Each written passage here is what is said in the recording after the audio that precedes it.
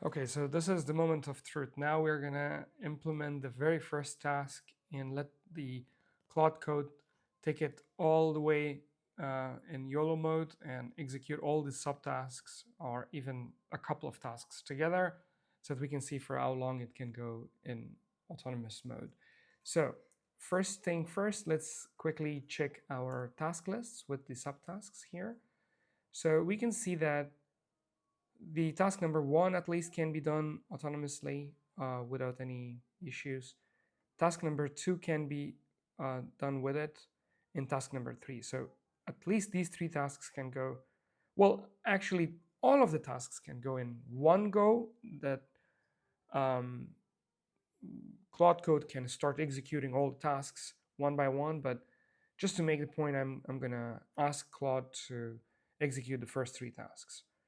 Can you use taskmaster to um, get the tasks and start executing the first three tasks, and make sure that you update the taskmaster statuses.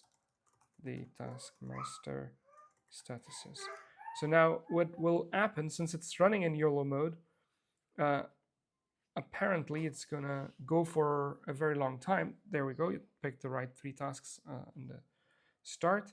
And if we keep checking our terminal in here, these statuses should change from pending to in progress soon. As soon as it sets the task status, you can see here it is using the MCP and then calling the set task status feature.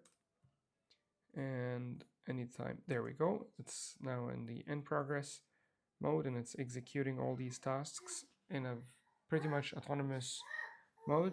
I'm gonna let it run and I will come back with the next steps very soon.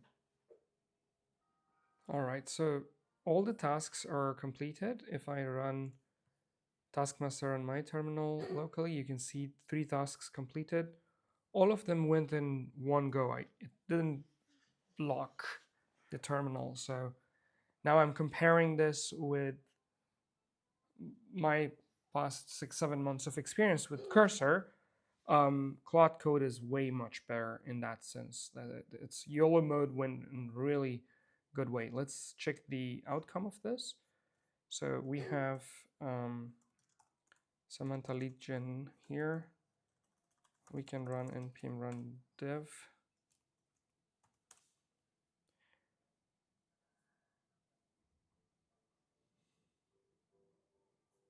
(3001). Let's check it here.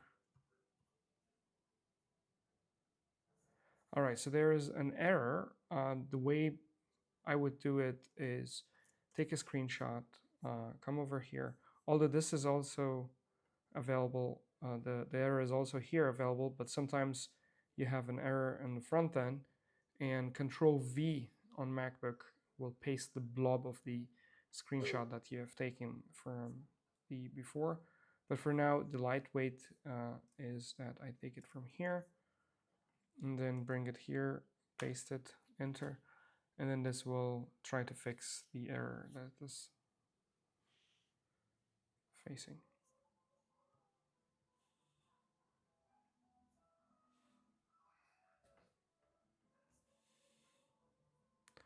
All right, so now it will go again on autonomous mode. It apparently didn't install some packages. As soon as it's done, I will come back with the recording. Alrighty, so this is done. Let's have a look. There we go. So all the server is done. Let's double check why did it stop running. We have just an internal server error. Let me quickly check what is going on here. If we rerun the project, it's running on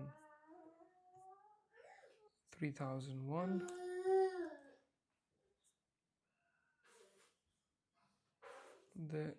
There we go. So now all the tickets or the leads are there, and we have qualified, disqualified, the number of items, pretty much in great detail as I envisioned it is generated. So we can add more columns and stuff later on.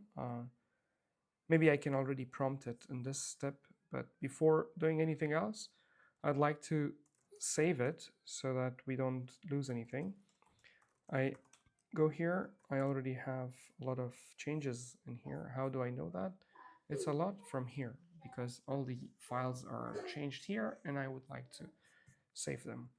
So I will save them, edit Kanban and Next.js project setup. So these are done. The next step would be I add a few more columns. Obviously the card detail, card opening, the drawer, moving it on the right side, and all of them, those are the next steps we're gonna do. Let's also quickly see if the taskmaster statuses are correctly updated or not. Yes, they are. And here we can see that the project is at 12% progress. So the next step would be developing the lead card component, implementing the drag and drop functionality, and creating the so let's go with 4 and 5 now. So we'll do pretty much that in the next video. And just to kind of give you a sense of how this thing works, it's going on autonomous forever. I didn't touch a single line of code, and we already saw the first impressions. This is the future of product development. At certain point in time, I will do a code review, which is not the intention of this course, but I, as a senior developer, know React very well, know Next.js very well, Node.js. I've been writing JavaScript for 17 years, and I will kind of like review it. And I have been writing TypeScript for 9 years now. So I will review the code base and kind of give my judgment on how good or bad is the code. But I'm really, really impressed by the current execution of this. It's really amazing. So until next video, stay safe, and I'm super, super pumped about the outcome of this kind of a technology. It is really, really interesting. I am really interested to see the final outcome of this, and obviously, since I'm open sourcing it, please contribute to this project as much as you can so that this can be used by many other people. Thanks, and see you in the next video.